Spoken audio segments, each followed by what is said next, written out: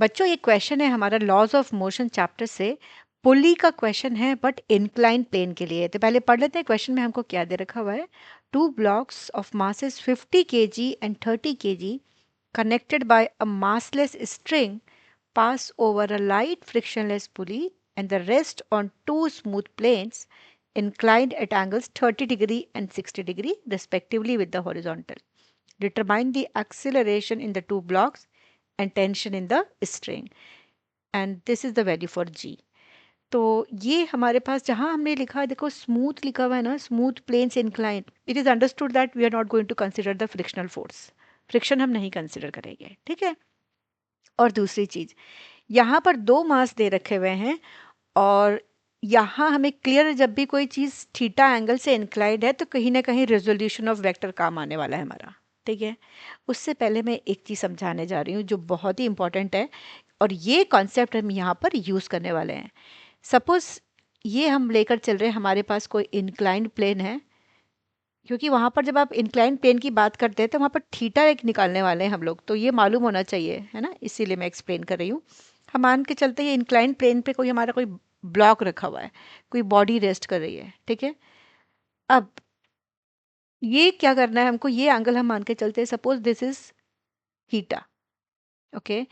ये जो एक्सिस हम लेके चल रहे हैं ना, इसको हम ले लेते हैं यहाँ से कोऑर्डिनेट्स की तरह हम ले रहे हैं, तो ये हमारा हो गया x, ये हो गया हमारे पास x dash, this is x dash, ये हॉरिजॉन्टल हमारा एक्सिस हो गया, तो इसके परपेंडिकुलर हमें मालूम है क्या होता है, y कंपोनेंट, तो y ये हो गया और ये y डैश हो गया, ओके। अब हम क्या करते हैं, हम मान के, हमें मालूम है अगर बॉडी का मास m है तो वेट हमेशा किधर एक्ट करता है, it always acts in the vertically downward direction. तो हम वर्टिकली डाउनवर्ड डायरेक्शन के लिए सपोज हमने ये पॉइंट लिया और यहाँ से हम दिखा रहे हैं कि ये डायरेक्शन हो गई हमारी किसकी, mg की, राइट।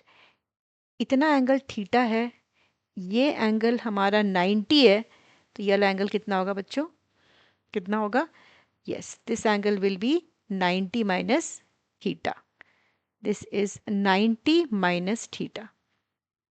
अब आ जाते हैं हम यहाँ पर, ये एंगल हमारा कितना है पूरा, ये है हमारा 90°, ये पूरा एंगल 90 है, इतना 90 माइनस थीटा है, then what is this angle, this is theta, ठीक है। तो अब ये ध्यान रखना है, जब हम ये वर्टिकल वाला होगा हमारे पास, इसके साथ जो ये वेट डाउनवर्ड गया, इतना एंगल, जो ये एंगल है वही हमारा यहाँ पर ये एंगल होगा।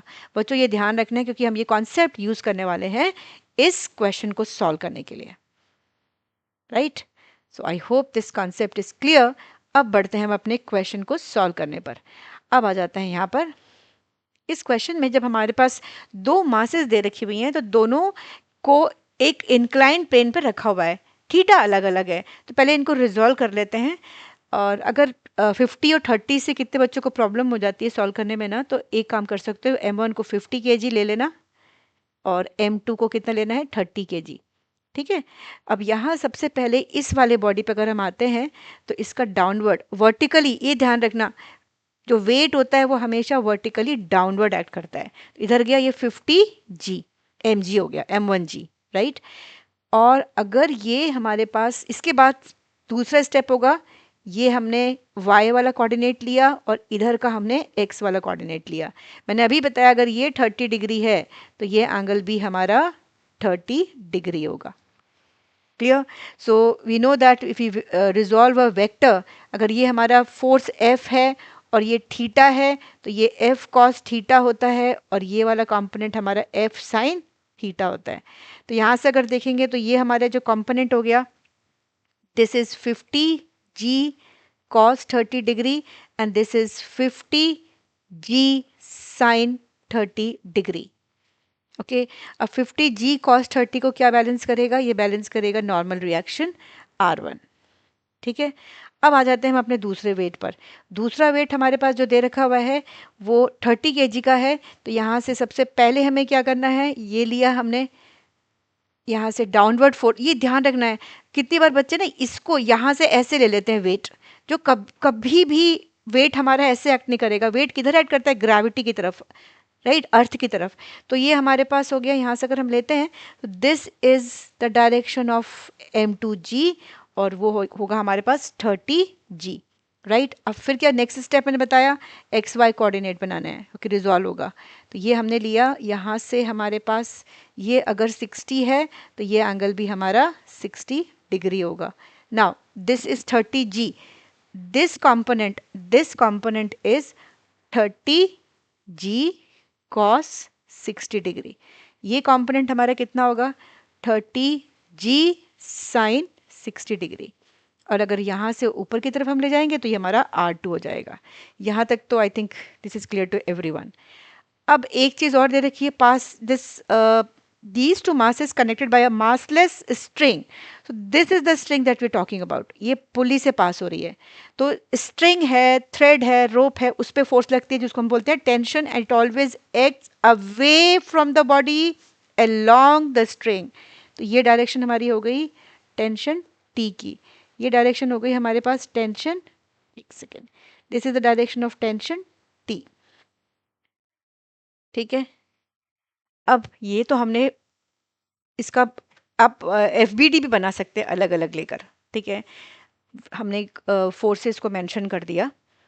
अब हमें ये देखना है, क्योंकि एक्सेलरेशन चाहिए और टेंशन चाहिए, तो पहले हमें ये देखना है कि किस डायरेक्शन में बॉडी मूव कर रही है, ठीक है, कि हमारी बॉडी किधर की तरफ जा रही है। ये 50 kg वाला उसको लेके नीचे जा रहा है, या हमारे पास 30 kg वाला डाउनवर्ड लेके जा रहा है। तो एक काम करते हैं, कौन सा कंपोनेंट है जो एक्सेलरेट करने वाला है ना। हम मान के चलेंगे सपोज ये हमारे पास एक्सेलरेशन ए हो गई, इसका भी एक्सेलरेशन ए हो जाएगा, ओके। अगर हम लेके चलते हैं ये वाला, अगर ये डायरेक्शन सपोज हमने लिया, कितनी बार होता है बच्चे ना, वैल्यू हो सकता है आप इधर भी ले लो, 50 kg की डायरेक्शन आपने इधर दिखा दी एक्सेलरेशन की, कोई प्रॉब्लम नहीं है, आंसर नेगेटिव में आएगा। ए अगर नेगेटिव आ रहा है इसका मतलब है कि जो एक्चुअल एक्सेलरेशन हमारी अज्यूम डायरेक्शन के ऑपोजिट होती है, राइट।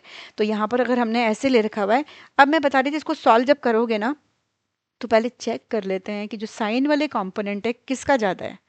मतलब अगर मैं लिखती हूँ यहाँ पर, सपोज मैंने लिखा फॉर 50 kg मास, अगर मैं 50 kg के लिए ले रही हूँ तो कंपोनेंट कौन सा है, 50g sine 30, 50g sine 30 degree.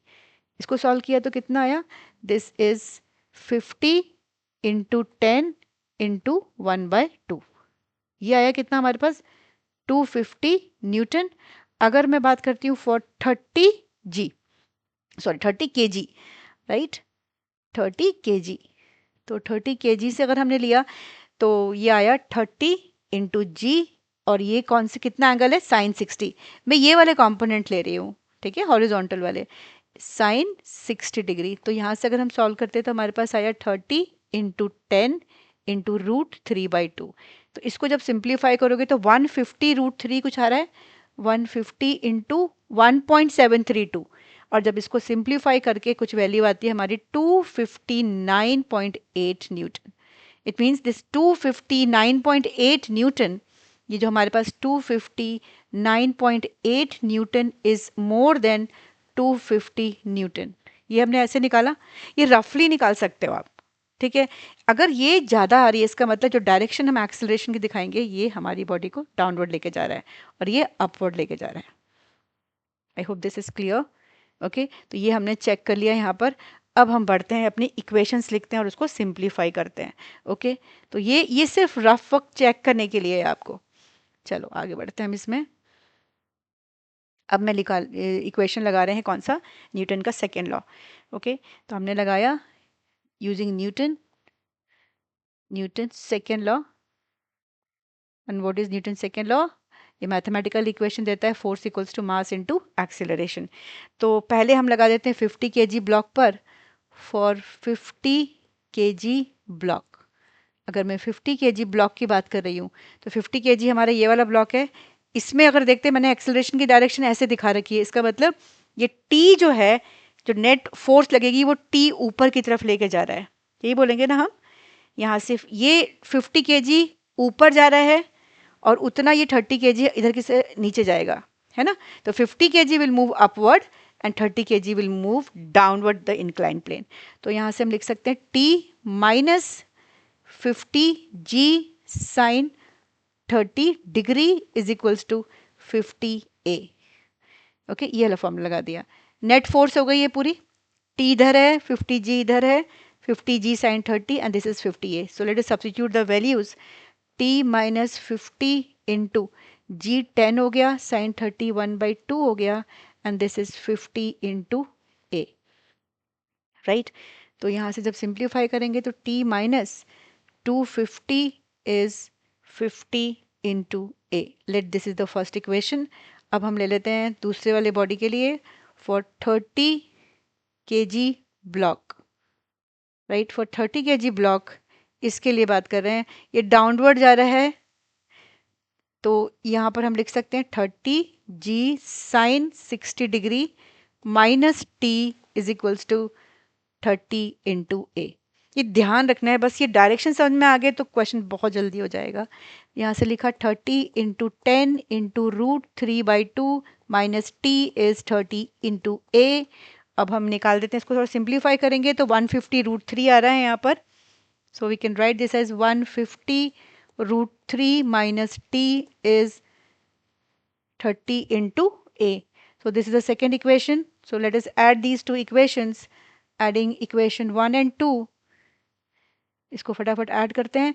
तो ऐड करने पे हमें कितना मिल रहा है, ये है हमारे पास t minus 250 plus 150 √3 minus t is 50 into a plus 30 into a. So 50 into a plus 30 into a and this becomes 80 into a. और यहाँ से आप देखोगे this gets cancel out, ये t हमारा यहाँ से और ये t हमारा कैंसिल हो गया। तो हमें कितना मिल रहा है, ये माइनस 250 है प्लस 150 इंटू √3। तो यहाँ से हम लिख सकते हैं माइनस 250 प्लस 150 इंटू √3, तो 150 into 1.732 and this is equals to 80 into a. जब इसको आप सिंप्लीफाई करेंगे तो a की वैल्यू आ रही है हमारे पास ना, इसको पूरे को जब सिंप्लीफाई करोगे तो कुछ वैल्यू आती है 9.8 divided by 80 and this is 0.1225 metre per second square. And then so we just calculate the acceleration. अब किसी भी एक इक्वेशन में आप सब्सटीट्यूट करेंगे और आपका टेंशन आ जाएगी। तो टेंशन के लिए मैं इक्वेशन नंबर 1 ले लेती हूँ। So using equation 1, so when we use this in equation 1, so this is t minus 250 is 50 into 0.1225 और इसको जब मल्टीप्लाई करेंगे तो कुछ वैल्यू आ रही है हमारे पास 6.125 and then t is 256.125 Newton. Okay, so this is the value for tension और ये वैल्यू हमारी एक्सेलरेशन के लिए आ गई। ओके, तो ये आंसर है। ऐसे क्वेश्चंस के लिए बस फोर्सेस को रिजॉल्व करना है ध्यान से और ज़्यादा टाइम नहीं लगेगा, आपका आंसर आ जाएगा। इसमें मैंने सब चीज़ें एक्सप्लेन करी है इसलिए थोड़ा सा टाइम लगा, क्योंकि मुझे ये बताना था कि ये यहाँ पर फोर्सेज जब ये एंगल 30 हमारा कैसे आ रहा है, ये एंगल 60 डिग्री हमारा कैसे आ रहा है। I hope the concept is clear to everyone. और ऐसे ही इंटरेस्टिंग फिजिक्स कॉन्सेप्ट के लिए फिजिक्स वेव को लाइक करें और चैनल को सब्सक्राइब करें।